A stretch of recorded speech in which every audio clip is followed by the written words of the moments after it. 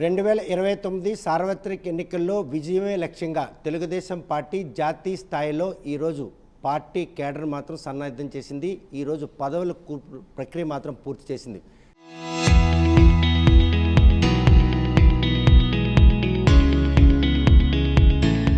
జాతీయ స్థాయిలో పార్టీ ఖ్యాతిని నింపడంతో పాటు ఆంధ్రప్రదేశ్లో మళ్ళీ తెలుగుదేశం పార్టీ ఉన్నటువంటి అలయన్స్ గవర్నమెంట్ వచ్చేందుకు వారు చేసినటువంటి ఈ పదవులు కేటాయింపులో మాత్రం పార్టీ కోసం కష్టపడిన ప్రతి ఒక్కరికి ఏదో ఒక రోజు తగిన గుర్తింపు వస్తుంది అనడానికి మాత్రం ఈ కూర్పులో పదవిని దక్కించుకున్నటువంటి ఆంధ్రప్రదేశ్ రాష్ట్ర తెలుగుదేశం పార్టీ ఉపాధ్యక్షురాలు తమ్మినేని సుజాత మనతో ఉన్నారు. చూస్తే కనుక తెలుగుదేశం పార్టీలో ఒక గ్రామీణ స్థాయిలో ఒక రాజకీయ చైతన్యం కలిగినటువంటి కుటుంబం నుండి మహిళలకు ప్రాధాన్యత ఉండదు. అలాంటిది ఏ అవకాశం మీకు ఈరోజు ఇటువంటి ఉన్నత స్థాయి కల్పించేందుకు దోహదపడి? ముందుగా ఆర్టీవీ యాజమాన్యానికి, ఆర్టీవీ ప్రేక్షకులకు నా యొక్క నమస్కారాలు తెలియజేసుకుంటున్నాను.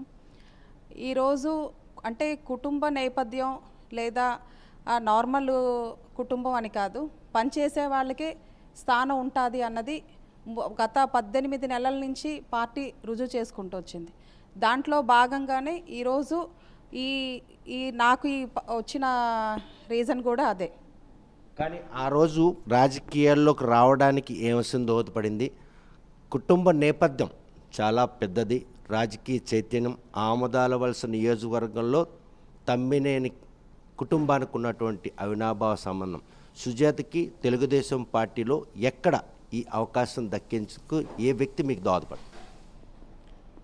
వ్యక్తులు అంటే నేను చెప్పలేను. అంటే మనం పార్టీ పుట్టినప్పటి నుంచి ఈ రోజుటి వరకు, అంటే నాకు నిన్న అనౌన్స్ చేసేంత వరకు కూడా తెలుగుదేశం పార్టీయే ఒక కుటుంబం, అది పెద్ద కుటుంబంగా భావించి, ఈవెన్ మా నాన్నగారు తర్వాత 2009లో కొన్ని పరిణామాలు మూలంగా చిన్నాన్నగారు బయటికి వెళ్ళిపోయినప్పటికీ కూడా మేము అదే పార్టీలో ఉండి పార్టీని నమ్ముకుని పార్టీ గెలుపు కోసం అహర్నిశలు కష్టపడి నాన్నగారు చనిపోయిన తర్వాత కూడా మేము కూడా అదే పార్టీలో ఉండి ఈరోజు పార్టీ ఇంత అంటే ఈ స్థాయిలో ఉంచింది అంటే పార్టీని నమ్ముకోవడం మూలానే మాకు ఇది పార్టీ పదవి లభించిందని నేనైతే అనుకుంటున్నాను. 2009లో అనూహ్య పరిణామాల నేపథ్యం తెలుగుదేశం పార్టీ అనాథ అయిపోతున్న తరుణంలో కోన రవికుమార్ లభించడం, ఆయనతో పాటు నడవడం, ఆ రోజు మీ ఎదుగుదల కోసం అడుగడుగున ఆటంకాలు కల్పించినప్పటికి కూడాను వాటిని అధిరోహించి ఈరోజు పార్టీ కోసం చేసిన సేవలే ఇటువంటి ఒక సముచిత స్థానాన్ని పార్టీ కల్పించిందంటే అది వాస్తవం అండి. ఎందుకంటే 2009లో ప్రజారాజ్యం అనే పార్టీ రావటం, అంటే ఆ టైంలో టీడీపీలో చాలా క్రైసిస్ ఏర్పడింది. అంటే మనం మాటల్లో చెప్పలేంది అది.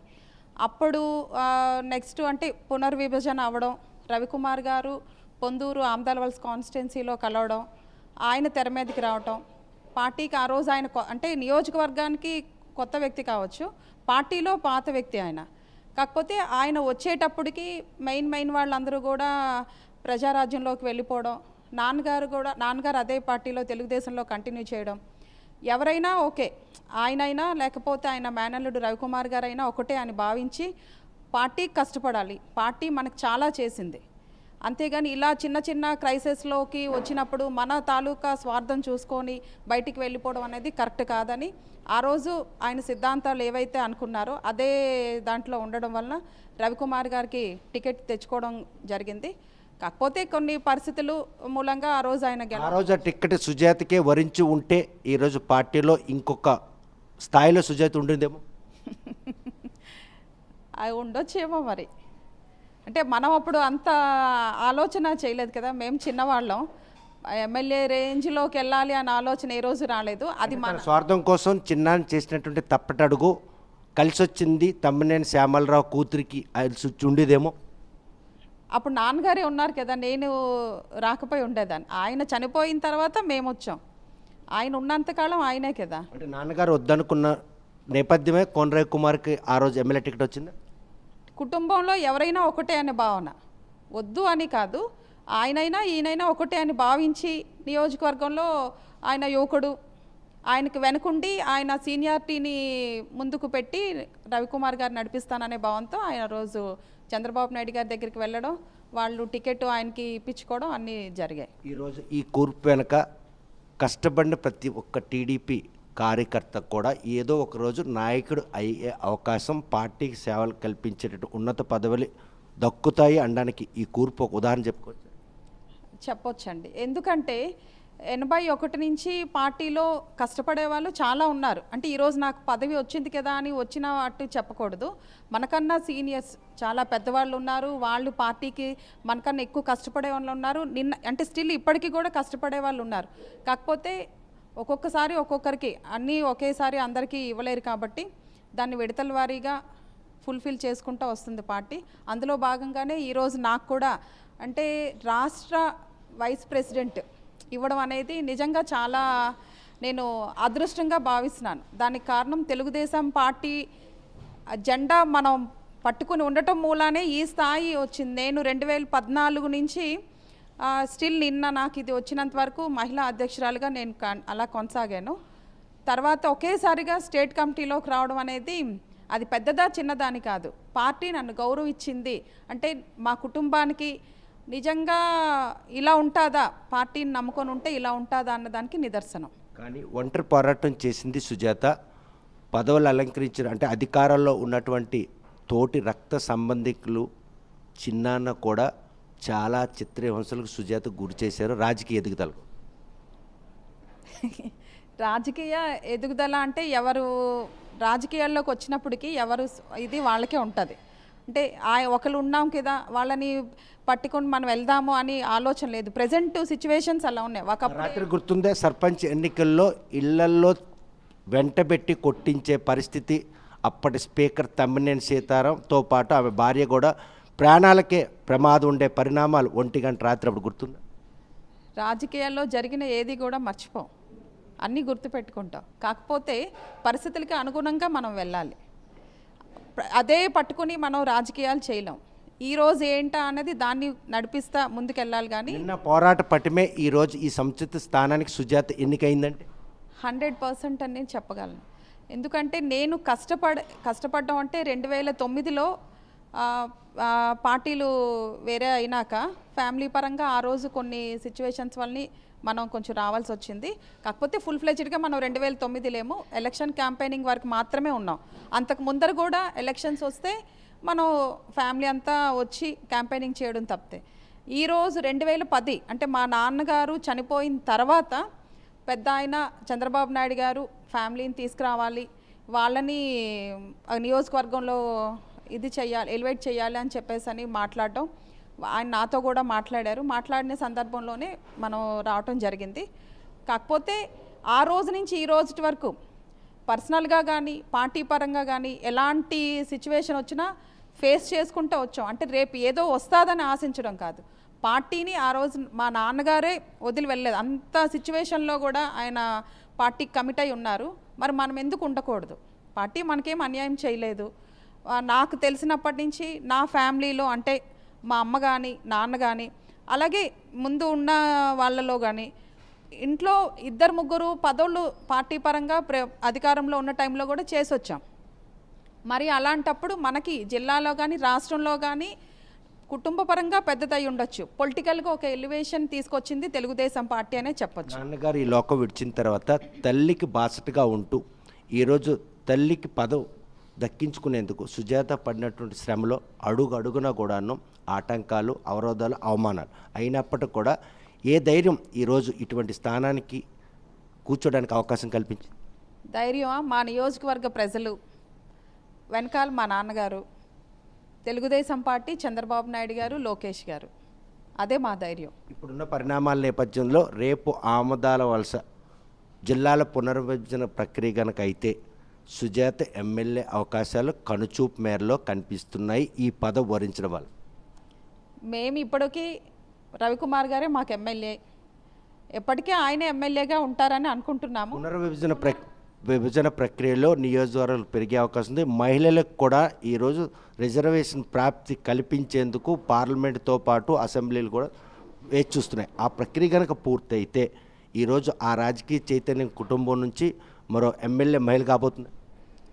అంటే పార్టీలు 33% రిజర్వేషన్ అనేది కేంద్ర ప్రభుత్వం రాష్ట్ర ప్రభుత్వాలు మనకి అవకాశం కల్పిస్తుంది. పునర్విభజనలో ఏమైనా జరగవచ్చు. మనం కష్టపడుతున్నాం కదా, రెడీయా దానికి రెడీయా? పార్టీ ఆదేశిస్తే దేనికైనా రెడీయే. పార్టీ డిసైడే మన డిసైడ్, ఇండివిజువల్ ఇదేమి ఎజెండా ఏం లేదు మనకి. ఇటువంటి అవకాశాన్ని కల్పించుకున్నారు. 22 ఏళ్ల పాటు తెలుగుదేశం పార్టీలో కొనసాగి తన వ్యక్తిగత స్వార్థం కారణంగా పార్టీ వీడి వెళ్ళిపోయినటువంటి మీ చిన్నాన్నగారు కనీసం మీకు వచ్చినటువంటి ఈ హానర్కి విషయం చెప్పారా? చెప్పారండి, చెప్పారు. అంటే ఆ కుటుంబం వేరు, పార్టీ వేరు. దాంట్లో ఎవరు వేరేగా అనుకోవటానికి లేదు. ఎందుకంటే ఫ్యామిలీ పరంగా నేను ఆ ఇంటి ఆడపిల్లని.